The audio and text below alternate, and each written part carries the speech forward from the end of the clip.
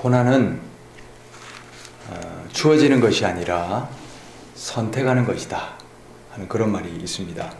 이게 무슨 얘기냐면 똑같은 환경, 똑같은 상황을 당해도 어떤 이는 그 일 때문에 인생이 무너지고 삶을 포기하는 사람이 있고, 어떤 이는 그것을 발판으로 삼아 그렇지 않을 때보다 오히려 더 일어나고 능력 있게 서는 것을 봅니다. 고난 자체가 우리 인생을 무너뜨리는 것이 아니라 거기서 우리가 어떤 선택을 하느냐, 그것이 우리의 삶을 결정하는 아주 중요한 요소라고 할 수 있습니다. 고난은 주어지는 것이 아니라 내가 선택하는 겁니다. 우리는 어떤 삶을 선택하고 있습니까? 우리가 매일매일 주어진 삶 속에서 누가 봐도 참 어렵겠다, 그렇게 한탄할 수밖에 없는 인생이라 할지라도 거기서 놀라운 일들을 인내하면서 참아내면서 이루어가는 사람들이 있고, 어떤 이는 누가 봐도 남부러울 것 없는 좋은 상황인데도 삶이 무너지고 또 여러 가지 병이나 여러 가지 어려움, 스스로 마음이 무너져서 인생을 포기하는 그런 경우도 많이 봅니다. 우리가 올 한 해를 시작하면서 우리에게 하나님께서 어떤 선택을 하기를 원하실까? 오늘 그것을 가지고 한번 말씀을 전하겠습니다. 1장 2절에 보니까 이런 말씀이 있습니다. 나의 형제 자매 여러분, 여러 가지 시험에 빠질 때에 그것을 더할 나위 없는 기쁨으로 생각하십시오. 고난과 시련을 어떻게 생각하라고요? 기쁨으로 생각하라는 거예요. 고난과 시련에 낙심을 선택하는 것이 아니라 기쁨을 선택하랍니다. 왜 그렇습니까? 여러분은 믿음의 시련이 인내를 낳는다는 것을 알고 있습니다. 제가 이런 말을 들었어요. 사람이 풍파를 당해보지 않으면 그 풍파를 헤쳐나갈 수 있는 힘도 못 얻는다. 우리 지금까지 이렇게 연세 드신 분들도 계시지만 인생의 그 모진 풍파를 당하면서 어떻게 보면 더한 풍파에도 견딜고 이길 수 있는 그런 인내함을 배우고 또 지금까지 승리해오고 있지 않나 하는 생각을 해봅니다. 이 시련이라는 것이 우리를 인내하게 만들고 우리를 일으켜 세우고, 또 하나님의 사역도 마찬가지인 것 같아요. 하나님께서 쓰시고자 하는 사람은 평탄할 때, 순탄할 때, 아무것도 염려가 없을 때 그때 사용한 사람이 누가 있습니까? 다 인생의 연단과 고난과 죽을 고비와 또 인생의 바닥과 처절함을 고백한, 그러나 거기에서 하나님을 만나고 일어나고 역전된 그런 사람들을 사용하시는 것을 우리가 성경을 통해서 다 봅니다. 모세가 그랬죠. 요셉도 그랬죠. 꼽는 인물마다, 성경의 위인들마다 다 그런 삶을 살았다는 것을 우리가 알고 있죠. 자, 그래서 4절, 여러분은 인내력을 충분히 발휘하여 조금도 부족함이 없이 완전하고 성숙한 사람이 되십시오. 할렐루야. 이 인내력을 발휘해서 어떤 사람이 되라고요? 완전한 사람, 성숙한 사람이 되라. 그렇게 말씀하고 있습니다. 이제 우리가, 저도 마찬가지지만 어려움을 당하고 또 환난이 있고 이러면 뭐가 제일 먼저 보이냐면 제 부족함이 제일 먼저 보이라고요. 이 어려움 속에서 내가 대처하는 모습을 보고 뒤돌아서면 후회가 되는 거예요. 내가 이렇게밖에 못했구나. 좀 더 이렇게 해야 되는데. 그러나 어려움이 올 때 그래도 인내하고 또 기도하면서 돌파하고 그렇게 한 걸음 더 나가서 뒤를 돌아보면 하나님께서 그 인내를 통해서, 그 연단을 통해서 나를 이만큼 더 성숙하게 하고 성장시킨 모습을 볼 수가 있습니다. 우리가 하나님께서 주시는 여러 가지 연단, 하나님이 주시는 것은 시험이라고 하지 않습니다. 이 시험이라는 것은 하나님이 나를 시험하시나 봐 이런 말 하잖아요. 그러나 그것은 정확한 말이 아닙니다. 하나님은 우리를 시험하시는 분이 아닙니다. 어떤 부모가 자식에게 함정 놓고 자식 빠지나 안 빠지나 그거 구경하는 부모가 어디 있습니까? 하나님 우리를 그렇게 유혹하고 시험하시는 분이 아닙니다. 하나님은 그러나 우리를 단련하시긴 합니다. 그게 무슨 소리냐면 유혹이라는 것은, 시험이라는 것은 temptation, 유혹입니다. 말 그대로 유혹. 그러나 하나님은 우리를 테스트하신다. 이제 그런 말을 하는데, 테스트는 우리 아이들이 시험 치는 거 있죠. 그게 테스트잖아요. 시험이잖아요. 그러나 훈련병이 또 훈련 받는 것, 이것이 연단이고 훈련이고 테스트지만, 예를 들면 죄악의 미끼를 놓는다든지, 우리를 넘어뜨리려고 함정을 판다든지, 우리를 흠집을 내려고 달려든다든지, 이것이 바로 시험입니다. 이게 유혹이고 시험입니다. 하나님은 그렇게 우리를 시험하시는 분이 아닙니다. 그러므로 하나님이 주시는, 이게 내가 하나님이 주시는 연단인가 보다, 그렇게 여겨지신다면 그것은 인내로서 참고 인내하고 돌파하면 하나님께서 우리를 성숙시키고 성장시키는 도구가 되는 것입니다. 그래서 제가 여러 가지로 이 고난 문제를 한번 정리를 한번 해보니까, 첫 번째는 뭐냐면 아까 말씀드렸듯이 하나님께서 우리를 연단시키기 위한 연단이고요. 두 번째는 뭐냐면 내 죄나 내 잘못이나 내 실수로 인한 그런 시험도 있습니다. 이게 무슨 소리냐면, 해야 될 거를 안 했을 때, 또는 하지 말아야 될 것을 했을 때 징계받는다고 그러죠. 그럴 때에 하나님께서 우리를 그럴 때에 우리가 일이 안 된다든지 뭔가 걸린다든지 이런 게 있어요. 그것은 바로 우리의 실수로 인해서, 우리의 죄악으로 인해서, 우리의 욕심으로 인해서, 불순종으로 인해서 당하는 그런 우리의 시험이고, 또 한 가지는 뭐냐면 마귀가 우리를 아예 넘어뜨리려고 작정해서 달려드는 그런 시험이 있습니다. 그러면 우리가 이 시험을 당할 때에 이 세 가지를 분별해야 되는데, 하나님이 주시는 이 테스트는 어떻게 해야 됩니까? 인내하라 그랬죠. 인내로 돌파해야 됩니다. 포기하지 마시고, 주저앉지 마시고, 넘어지지 마시고, 연단이 올 테면 와라, 이런 각오로 이를 악물고 기도하면서 돌파해야 됩니다. 두 번째, 내 죄나 실수나 잘못으로 인해서 당하는 시험이라면 어떻게 해야 됩니까? 예? 그것은 끊어야 됩니다. 이 잘못을 끊어내고 돌이키고 회개하고 제자리로 돌아와야 됩니다. 그래야 그 문제는 해결됩니다. 세 번째는요. 세 번째, 마귀가 주는 시험은 어떻게 해야 됩니까? 그것은 대적하면 됩니다. 대적하면 됩니다. 자, 보십시오. 자, 지금 우리가 방금 읽었던 2절부터 4절 말씀은 뭐냐면, 하나님께서 우리를 테스트하실 때, 그때는 우리가 인내함으로, 또 우리가 사역을 하다가 이 사도들처럼 복음을 전하다가 당하는 고난이 있죠. 그것은 어떻게 돌파해야 됩니까? 인내해야 돼요. 인내하고 포기하지 않고 달려들고 돌파해야 됩니다. 그러나 12절 말씀, 시험을 견디어내는 사람은 복이 있습니다. 그 사람은 그의 참됨이 입증되어서 생명의 면류관을 받을 것이기 때문입니다. 이것은 이제 이 당시에 순교적인 그런 고난이 올 때, 그 당시에 이 순교의 신앙으로 고난을 참고 이기고 견딜 때에 생명의 면류관을 얻는다, 그 말이죠. 13절, 시험을 당할 때 아무도 내가, 읽읍시다, 하나님께 시험을 당하고 있다 하고 말하지 마십시오. 하나님께서는 악에게 시험을 받지도 않으시고 또 시험하지도 않으십니다. 하나님이 나를 시험하셔 그 말 하라고요? 하지 말라는 거예요. 하나님 우리에게 함정 놓으시는 분 절대 아닙니다.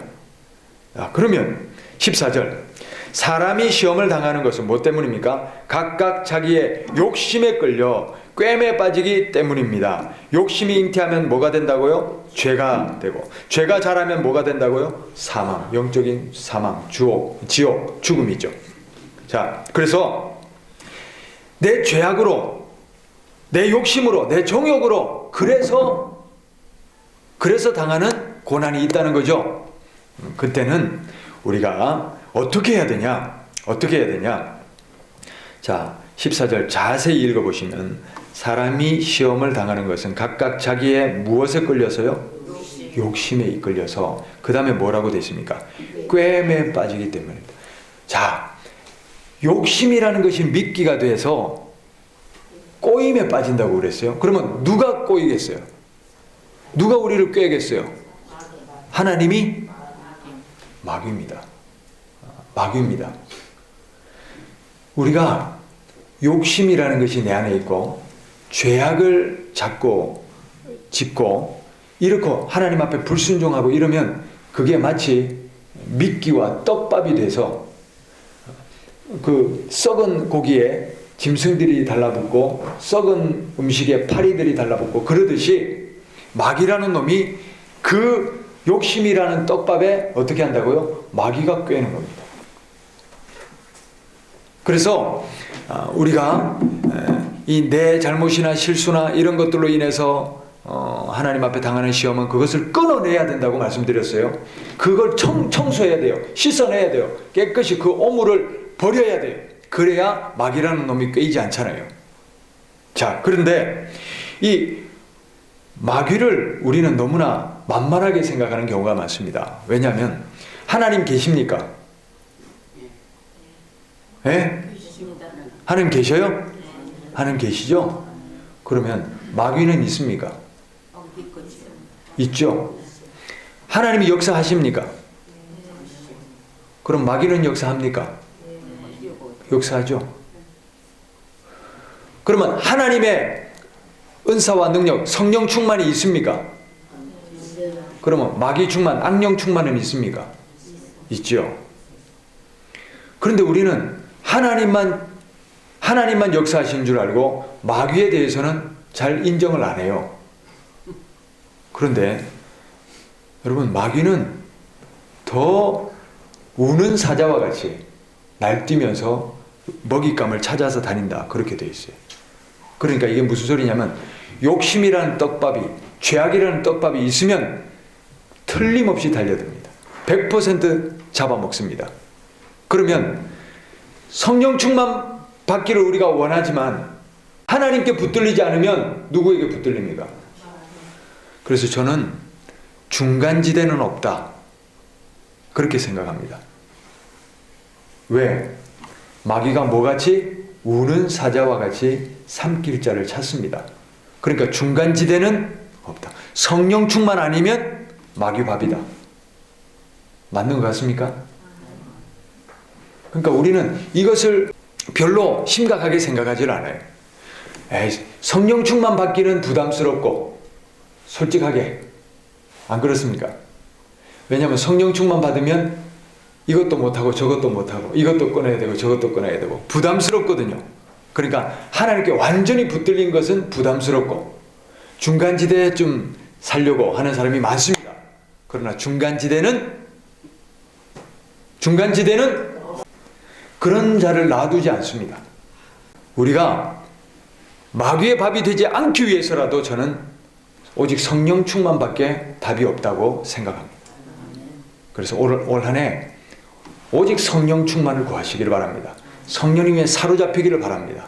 성령님의 은사와 능력으로 강건하여져서 마귀가 절대 달려들 수 없는 그런 영적 무장을 우리 모두가 할 수 있기를 바랍니다.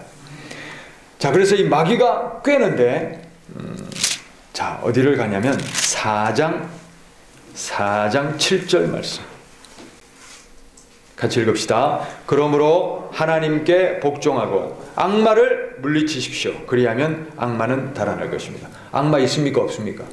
있습니다. 악마가 달려듭니까? 안 달려듭니까? 달려듭니다. 그러므로 이 컵에 물을 채울 때, 기름과 물을 같이 할 때 중간지대는 없습니다. 기름이 많으면 뜨고 물이 많으면 기름을 밀어내고 중간지대는 없다. 내 안에 성령 충만하면 육체의 소욕이 거슬러지고 마귀 권세도 떠나가고, 내가 성령님께 소홀하면 거기 누가 파고든다? 마귀가 파고든다. 자, 우리 솔직하게 한번 생각해 봅시다. 부부간의 문제가 여러분 별것 아니고 그냥 일어나는 일이고 대수롭지 않은 일 같아도 우리 부부간에도 보면 마귀 권세가 활동할 때가 많습니다. 그런 거 못 느끼십니까? 그래서 우리가 부부간에 갈등이 생기거나 그럴 때 저 인간이 잘못했네, 뭐 나는 괜찮은데 저 인간 잘못 만나서 그러네, 그런 소리 절대 할 거 없습니다. 뭐 하면 됩니까? 마귀 쫓아내죠. 제가 경험해보고 제가 체험하고 하나님께서 지금까지 이끌어오신 역사를 보면 깨달아지는 게 그겁니다. 뭐냐면 부부간의 문제도 우리가 그냥 놔두면 이 마귀가 장난치는, 사단이 마음껏 휘두르는 그런 사탄의 마귀의 놀이터가 될 수 있어요. 그런데 그런 어려움이 있을 때, 문제가 있을 때 대적하십시오. 이런 문제를 일으키는 마귀 권세, 어둠의 권세 소멸될지어다, 떠나갈지어다. 마귀님 떠나가십시오 이러진 않잖아요. 그렇죠? 강하게 대적하라. 그리하면 너희를 떠나리라. 그리하면 쫓아냅니다. 달아납니다. 할렐루야. 해보십시오. 효과 있습니다. 그러면 웬일인지 부부간에도 회복이 일어나고 자녀 문제도 해결이 되고 하나님께서 해결 주시고 은혜 주시는 역사가 있습니다. 왜 그렇습니까? 마귀의 시험이거든요. 마귀 역사거든요. 마귀가 물러가니까 시험거리 그게 있습니까? 없습니까? 없는 겁니다. 그래서 우리 이 가정의 문제가 뭐냐? 교회의 문제가 뭐냐? 내 영성, 나는 지금 살아있는 신앙인인가?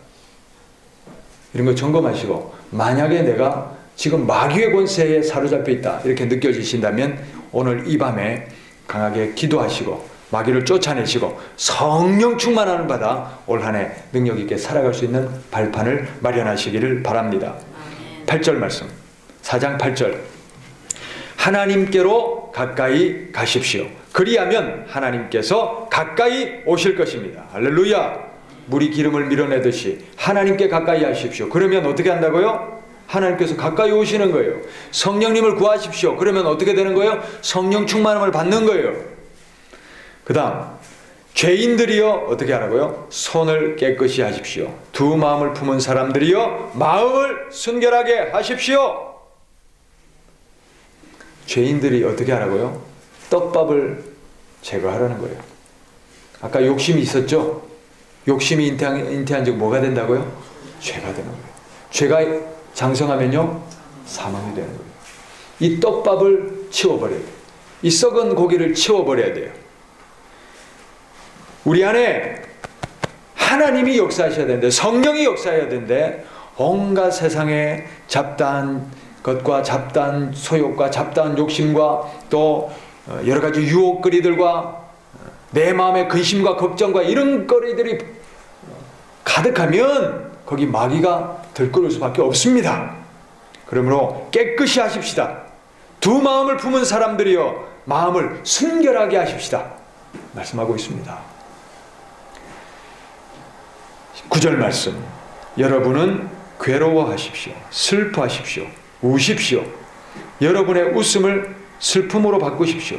기쁨을 근심으로 바꾸십시오. 이상하지요? 왜 이런 말씀을 하실까요? 10절 말씀. 주님 앞에서 자신을 낮추십시오. 그리하면 주님께서 여러분을 높여주실 것입니다. 할렐루야. 여러분, 우리가 내 잘난 맛에 구원받는 것 결코 아닙니다. 마지막에 하나님께서, 예수님께서 우리를 인정해 주시고 높여 주셔야 그게 구원이 되는 줄 믿습니다. 그러기 위해서는 이 땅에 교만하고 또 이 땅에 즐길 것 즐기고 내세울 것 내세우고 나를 치장하거나 나를 싸거나 내 명예와 권세와 이런 것들을 쌓아 올리면 어떻게 됩니까? 거기에는 점점 하나님의 자리는 줄어듭니다. 그러므로 괴로워하십시오. 슬퍼하십시오. 우십시오. 이게 무슨 소리냐면 예수님이 하신 말씀과 똑같습니다. 심령이 가난한 사람은 복이 있나니, 애통하는 자는 복이 있나니, 너희 우는 자는 복이 있나니. 할렐루야. 그러므로 우리 마음은 자꾸 낮추셔야 돼요. 자꾸 낮추셔야 돼요. 그래서 누가 나를 인정해 주더라도 내가 한 것 아닙니다. 누가 하셨습니까? 하나님이 해주셨습니다. 하나님의 은혜입니다. 나를 자꾸 내세우면 안 돼요. 우리 교회에서도 누가 한 사람이 자기를 내세우기 시작하면 어떻게 됩니까? 질투가 생기겠죠. 그게 교회를 분열시키는 겁니다. 우리 서로는 서로를 위해줘야 됩니다. 자기는 자꾸 낮추셔야 됩니다. 그래서 서로를 위해주고 서로를 세워주고 그런 관계가 돼야 교회가 교회됩니다. 이 교회가 계속 자기를 내세우고 자기가 자꾸 높아지려고 하고 그런 사람들이 많아지면 그 교회는 틀림없이 분열됩니다. 그러므로 우리가 올 한 해 우리 안에서 이런 섬김들이 일어나기를 바랍니다. 자기를 낮추십시오. 자기 마음을 낮추시고 또 늘 자기를 겸손하게 하나님 앞에 낮추십시오. 그러면 누가 높여주십니까? 하나님께서 그 사람을 높여주십니다. 그것이 바로 우리의 면류관이 되어야 될 줄 믿습니다. 그것이 우리의 영광이 되어야 될 줄 믿습니다. 내가 높이는 것 아닙니다. 사람들이 높여주는 것 아닙니다. 거기에 귀를 팔면 안 됩니다. 거기에 마음 뺏기면 안 됩니다. 누가 높여주셔야 됩니까? 하나님. 하나님은 누구를 높이십니까? 낮추는 사람. 할렐루야. 그래서 우리가 올 한 해 살아가실 때 마귀는 어떻게 하라고요? 물리쳐라. 그리고 우리 마음은 어떻게 하라고요? 씻으라는 거예요. 씻고 또 낮추라는 거예요. 그래야 이 떡밥들, 썩은 고기들, 내가 하나님 앞에 걸림이 될 것들 다 치우셔야 돼요. 제가 작년에 한 해 신앙생활 하면서 제 인생에도 참 놀라운 변화가 있었습니다. 그게 뭐냐면 제가 이제 어떤 경우에도 죄는 짓지 말아야 되겠다. 그걸 결단했어요. 일말의 죄악이라도 짓지 말아야 되겠다. 혹 짓더라도 즉시 하나님 앞에 회개하고 해결해야 되겠다. 왜 그러냐면 예수님 오실 날이 그만큼 가까워졌거든요. 딴 거 다 하고 그 죄악에 몇 가지 이거 걸려가지고 심판대 앞에서 나 너 몰라 이렇게 하나님이 우리를 내치신다 하면 얼마나 억울합니까? 그래서 일말의 죄악도 남기지 말자. 그래서 하나님의 온전하심과 같이 너희도 어떻게 하라고요? 온전하라. 우리 예수님이 하신 말씀이에요. 우리가 예수 믿는다고 교회 나온다고 죄의 면죄부 받는 게 아닙니다. 우리가 면죄부 받으려고 교회 다니는 것 아닙니다. 우리는 스스로의 자기 행실에 자기가 책임져야 됩니다. 하나님은 행한 대로 보응하시나니. 그러므로 내가 성령님 모시고 있잖아요. 내 안에 하나님 모시고 있잖아요. 하나님과 송구영신 예배 때도 말씀드렸듯이 24시간 동행하는 게 그게 기도잖아요. 끊임없이 기도하라. 그러면 예수님 모시고 있는데 보십시오. 예수님 모시고 있으면서 온갖 더러운 것들, 쓰레기들 계속 모아드리면 어떻게 됩니까? 하나님이, 성령님이 계실 수 없는 거예요. 누가 들것입니까? 마귀들만 자꾸 떡밥 물고 들어오는 거예요. 정리하셔야 됩니다. 두 마음을 품지 마십시오. 깨끗하게 하십시오. 손을 씻으십시오. 죄를 씻으십시오. 끊을 건 끊으셔야 됩니다. 언제까지 우리가 이걸 끌고 가겠습니까? 언제까지 끌고 가겠습니까? 더 늦기 전에 우리가 이거 다 청산하시고, 그래서 오직 하나님의 은혜로만 충만하시고 성령님의 은혜만 충만하시고 또 하나님이 이끄시는 대로 쓰임받고 능력 주시는 대로 권세 있게 하나님께서 높여주시는 대로 하나님께 쓰임받고 그렇게 하나님의 심판대 앞에 서면 얼마나 좋겠습니까? 세상에 무엇을 우리가 더 움켜쥐겠습니까? 돈입니까? 권세입니까? 남들의 칭찬과 명예입니까? 아무 쓸모 없습니다. 다 쓰레기입니다. 우리 영혼을 파멸시키는 그것들은 독약과 같습니다. 그런 것들이 아닙니다. 괴로워하십시오. 슬퍼하십시오. 우십시오. 이 말은 바로 우리의 마음을 자꾸 낮추라는 말이잖아요. 그래서 씻어낼 것은 자꾸 씻어내고 낮출 것은 자꾸 낮추시고 그래야만 우리가 하나님께서 마침내 잘했다. 사랑하는 내 딸아, 잘했다 사랑하는 내 아들아 하나님이 품어주실 줄 믿습니다. 그런 은혜가 올 한 해 우리 모두에게 있기를 바랍니다.